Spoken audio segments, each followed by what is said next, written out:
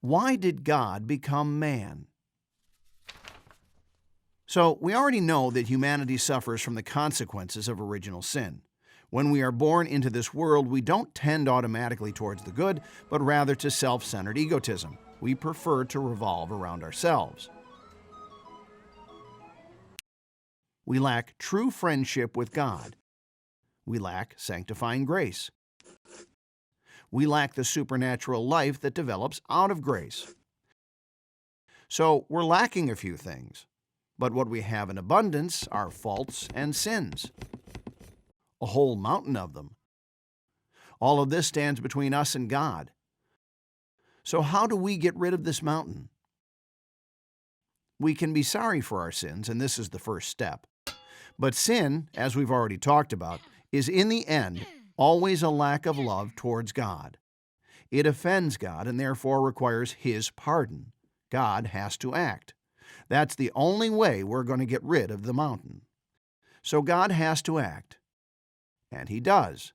Of course, a single word from God would be enough to wipe away our sins.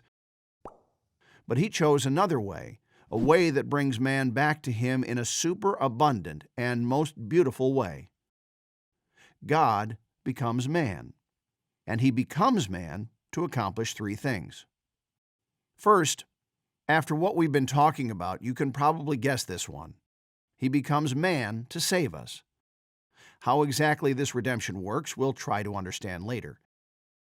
But at any rate, Jesus does something that gets rid of the mountain of sin. In Jesus, God acts so sin no longer separates us from Him. Second, when God becomes man, He no longer speaks to us through prophets, but He Himself speaks to us.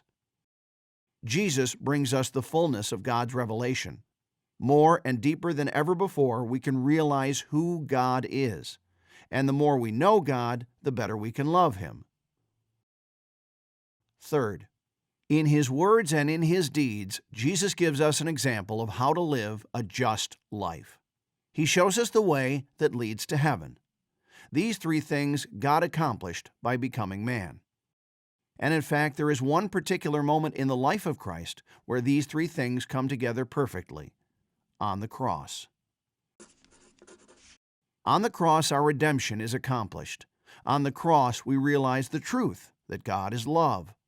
And on the cross, we are given the perfect example of self-giving love, so that we can shape our every thought, word, and deed by it. This is why God became man.